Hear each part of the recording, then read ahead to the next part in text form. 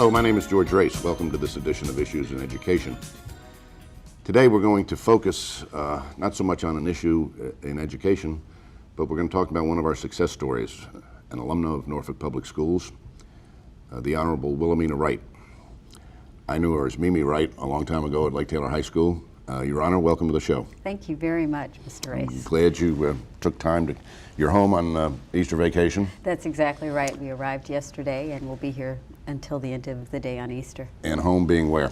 Campostella Heights. I grew up on Arlington Avenue in Campostella Heights here in Norfolk, Virginia. And your folks are still there? My parents are still there, Doctors William H. Wright and Lillian Wright. So a family of educators produced a judge. That's right. Well, I want our viewers to get to know you, and this is a series of shows that we focus on some of our graduates that have gone on to illustrious careers, and you certainly fall into that category. When did you start school in Norfolk? I started school in 1971 at Campostella Elementary School. I began the first grade there. And I attended several elementary schools as my parents were using the benefits of the desegregation plan in Norfolk, Virginia to get the best education that they could for their daughter.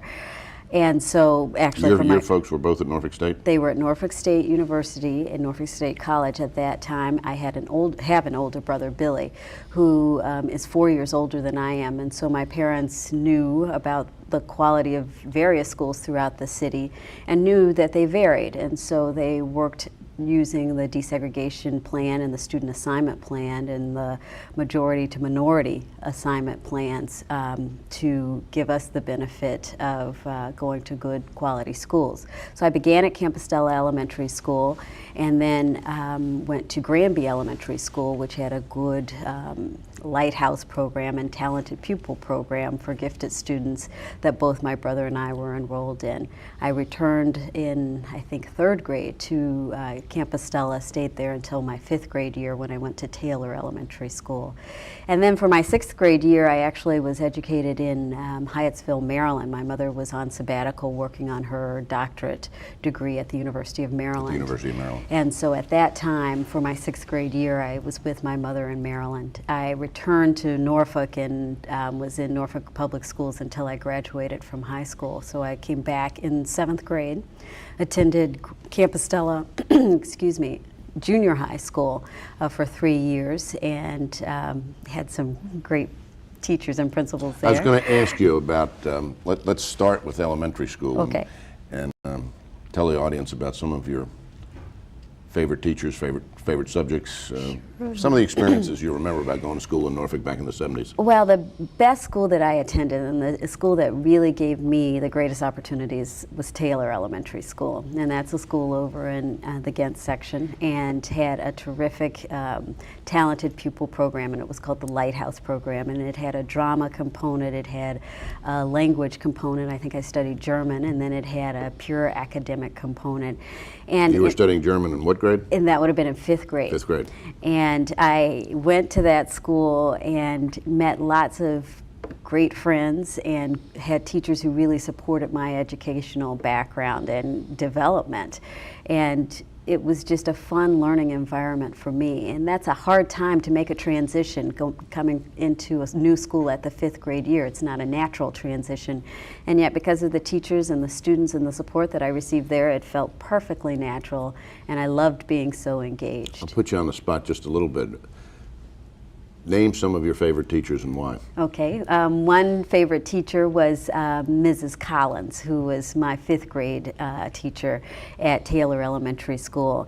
And she was fun and bubbly and gave a lot of care and attention to each of her students. She made me feel like I was the only student she had, and I know that all of my classmates felt the same way. That's a special teacher. That is. And Barbara Warshaw was my drama teacher, and she was an actress in her own right. And I remember... A lot of good teachers are. Yeah, that's true. And I remember that we would be acting and improvising different skits, and then she would talk about a professional experience that she had had, you know, doing a commercial or something like that.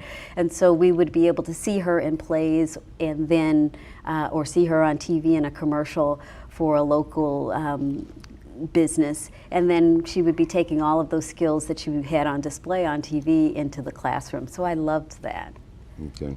So several elementary schools, then the year in Maryland while your mom was at the University of Maryland. That's correct. Getting her doctorate. That's right. And then back here for 7th grade? That's right. And to where? I went to Campostella Junior High School. I remember that school mainly because of Dr. Frank Salute, who was my principal. And I didn't get in trouble a lot, but he just was a great leader. And so he really set the tone for the school. And so Describe that tone. Well, it was positive. It was orderly. He really supported me and other students who were achieving there. He was a strong disciplinarian. But you never got in trouble? I never got in trouble. I hear tell he was. But, you know, it was a school where everyone got along. We didn't have any major problems at all with discipline or strife among students. I think the teachers felt like they were in an environment where they could explore academically with their students and could feel supported there. So I remember having a French teacher, Mr. Amlet, who was a significant influence in my life. I had Mrs. Dabney, who was an English teacher there, who was very strict. And very strict. Yes, and demanding.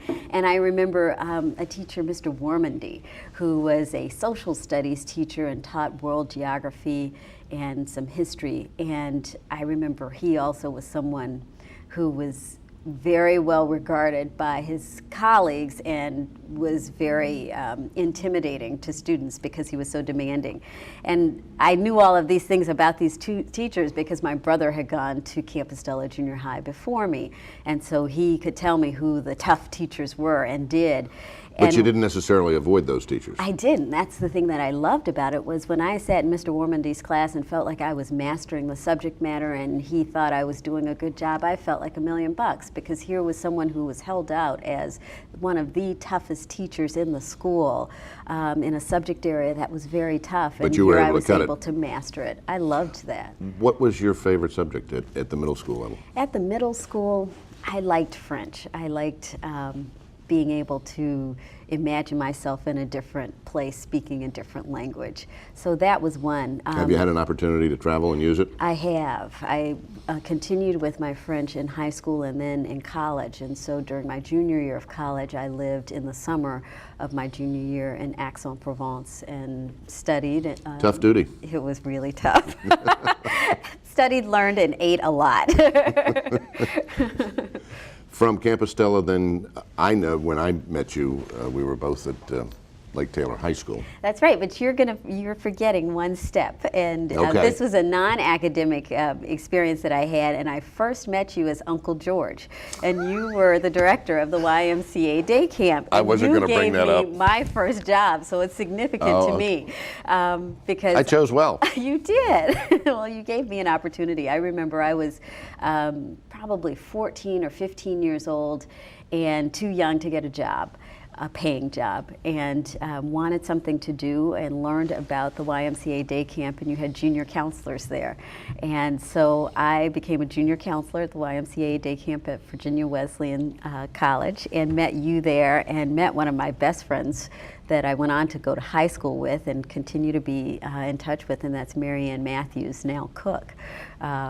So we were day camp counselors together. Those were good summers. I did it 3 years, and they were good summers. I loved so, it. okay, with that interim step, Yes. then we'll move on to Lake Taylor. And when did you go there? I was at Lake Taylor. I graduated in the class of '82, and was there for 10th grade, 11th grade, and 12th grade years.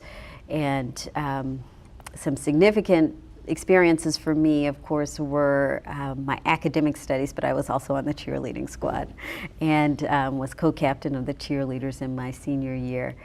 I also ran track there and ran middle distances, so half mile and mile. And how about teachers that you remember from those days? Oh boy, Mrs. Whaley. That was a good, Mrs. Whaley. Oh, excellent, excellent history teacher. I took AP history from Mrs. Whaley, and there just was nothing like it. I remember Tell us why there was nothing like that. Because she really respected her students as scholars. And she treated us as if we were experts in a field, that we were doing scholarship. She wanted us to do a lot of independent work on our own. She would guide our independent studies. She would provide us with support. But she really gave us the talent of and structure for independent inquiry in history. And so I remember working on Thomas Jefferson and studying him, and in particular studying Sally Hemings. And this was a teacher back in the early 80s who was willing to support that kind of curiosity in a student and gave me full support. And then I remember going up to Monticello and not only having done some book reports and work in the area of Jeffersonian democracy and history, but also then coming back from Monticello, having visited there and challenged some of the docents on their version of history. Subsequent revelations have proven your curiosity to be well taken.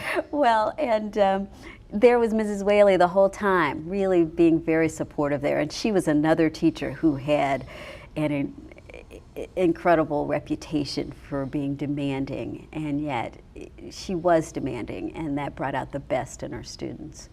Well, you'll be happy to know that Mrs. Whaley is still at it. Is that right? And I suspect just as challenging to her students today as she was for you 20 years ago. Right now we're going to take a break. When we come back, I want to talk about your college career and how you got to be a judge in Minnesota. Okay, thank you. We'll be right back.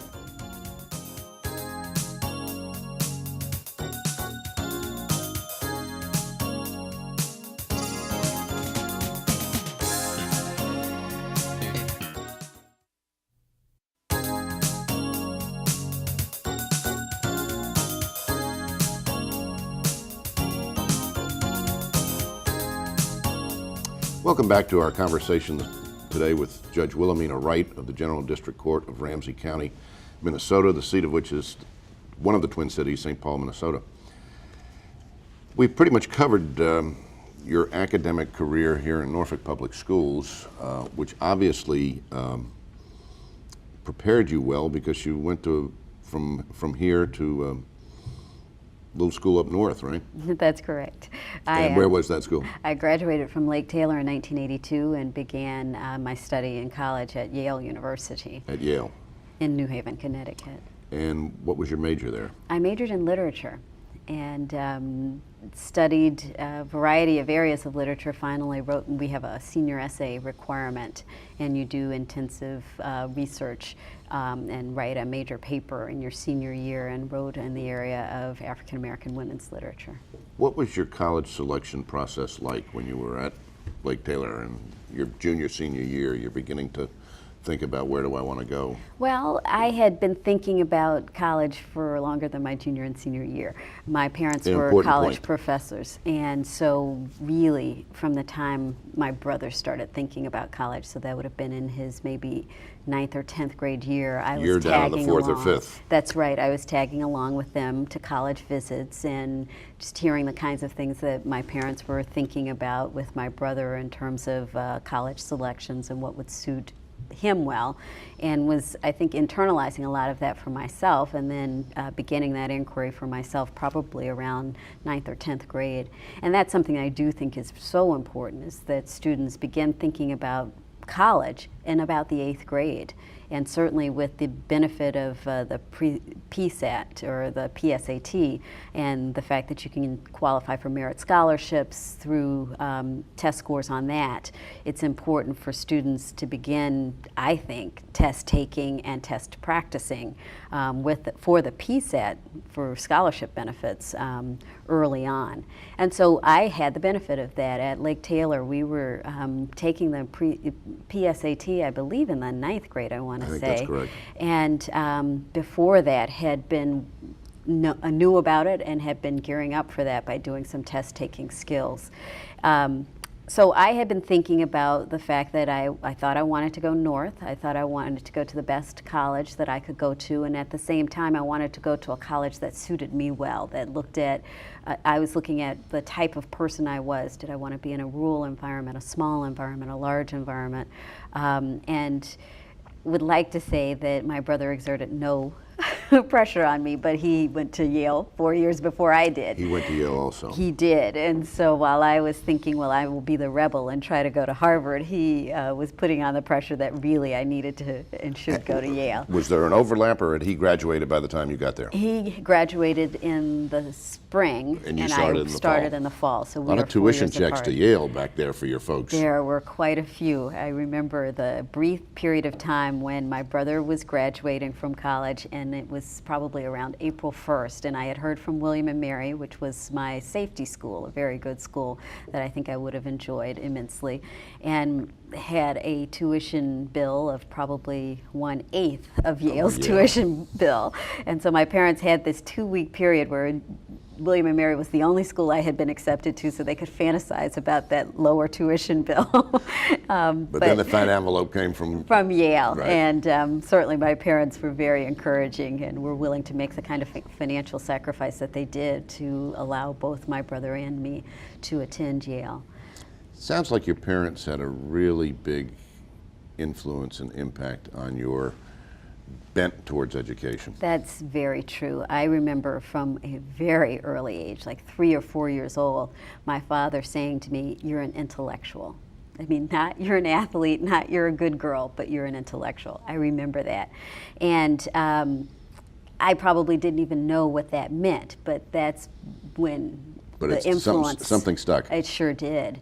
And certainly we were rewarded for our academic performance. My parents expected us to do well, and luckily we did. And I don't know that luck had much to do with it. what I saw as well was that my parents, something that I think is significant for me, is that my parents both achieved their highest degree within their profession while my brother and I were living. So when I was 6 years old, my father got his PhD from Columbia, and when I was about 14 years old, my mother received her PhD from the University of Maryland. And that meant that both my brother and I were very aware of the fact that they were studying. My parents were studying. My parents valued education. My parents were making sacrifices so that they could continue their education. And that's a message that, you know, does not get lost on a kid when you're thinking, do I want to do this homework, or is it worthwhile to try to get an A in a class? When you see your parents clearly saying yes based on their actions, it certainly was inspiring for my brother and me. So you had some good teachers. I did. You had some good principals that you really liked. Yes.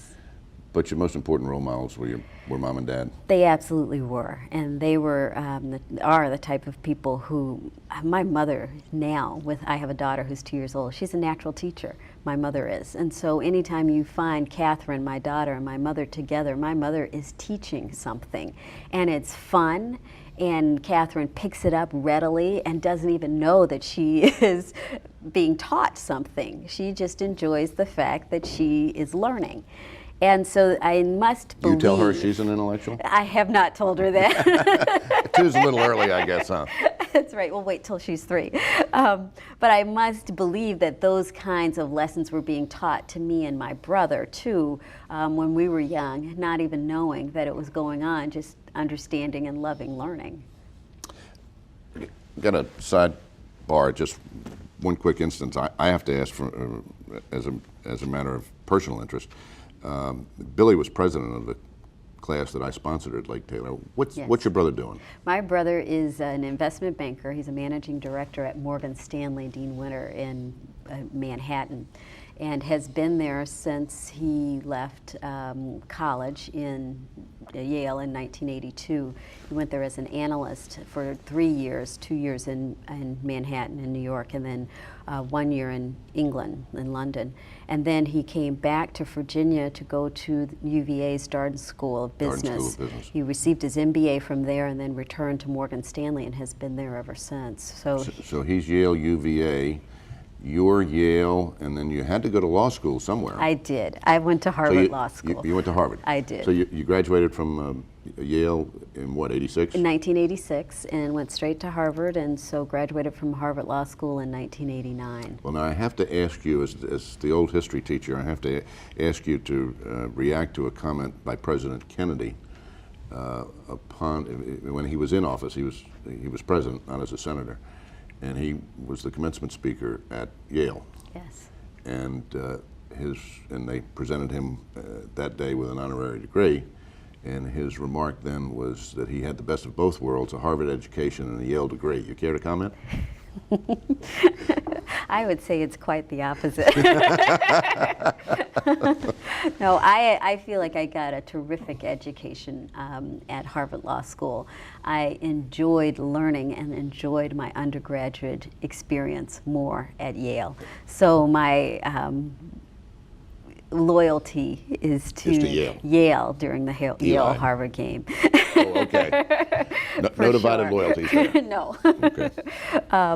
That notwithstanding, I did go to New Haven, or to Cambridge from New Haven, and had a great experience there. Good, challenging professors. Again, felt like if I can make it here, then I can make it anywhere. And it really was sort of hearkening back to the same feelings that I had when I was in Mr. Warmandy's class or Ms. Whaley's class. If this is the toughest you can give me, and I can master that and learn in the midst of this environment. So you felt well prepared coming out of Norfolk Public Schools for those environments? I absolutely did. I think Norfolk Public Schools had some of the most challenging teachers and with great curricula, and really committed people who were about preparing their students. And I had the benefit of that when I was in high school and before high school, and certainly took those same experiences and the same desire to excel under pressure and with high expectations both to Yale and then to Harvard Law School.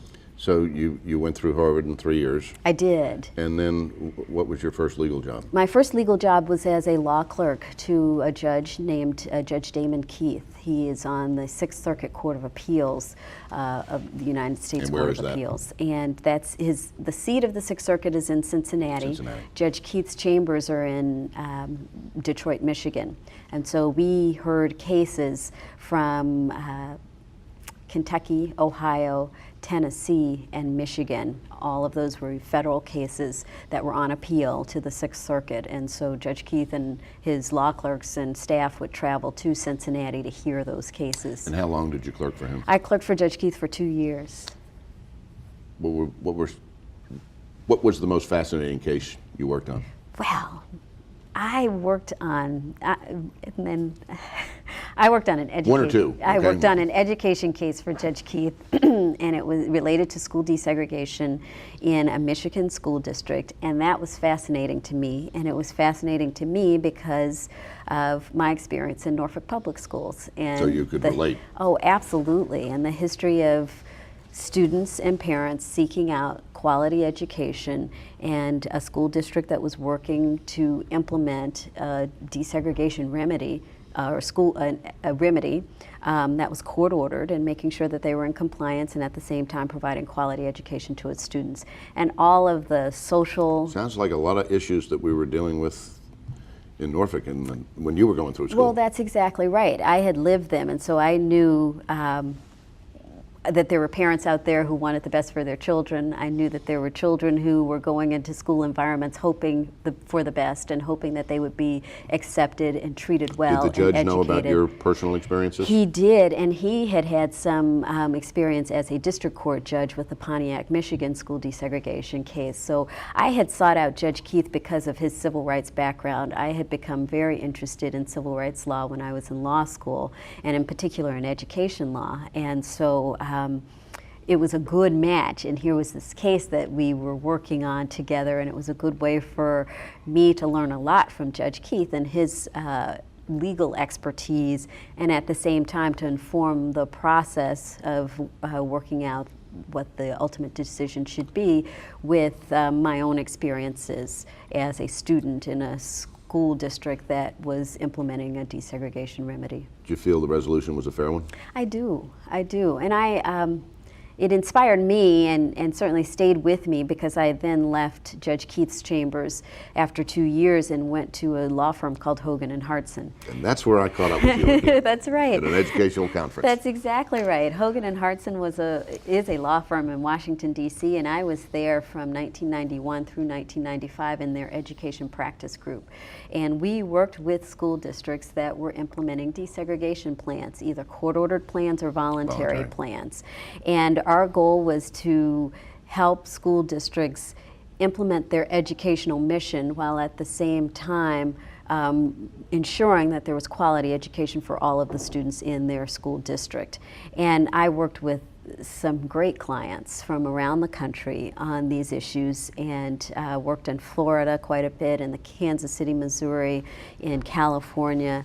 These cases were all over, and again, I was able to look back at my experience as a student in Norfolk and all of the aspirations of parents and students as they confront a school system and hope that it's a system that's designed to educate their child well, regardless of their race or gender, and then to take that with the legal principles that were to be applied from the Supreme Court and other precedential cases, and then help those school districts, craft an educational plan that met the legal requirements, but also their educational requirements. So we were the legal experts, but we relied on the educational experts, the staff and administrators of the school district. So now you're on the bench in Minnesota. How did that happen? Well, quickly, our director is telling me we have to wrap up. That happened. I moved from Washington, D.C. to Minneapolis in 1996.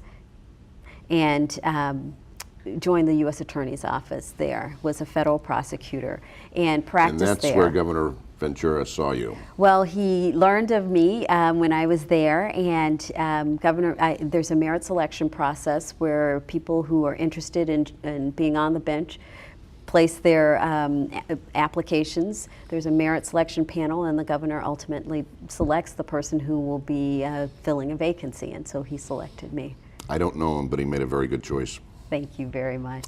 I can't call you Mimi. Yes, you can. Your Honor.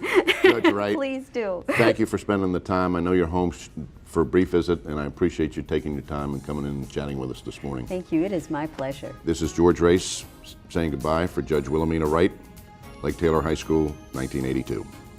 Thanks for watching.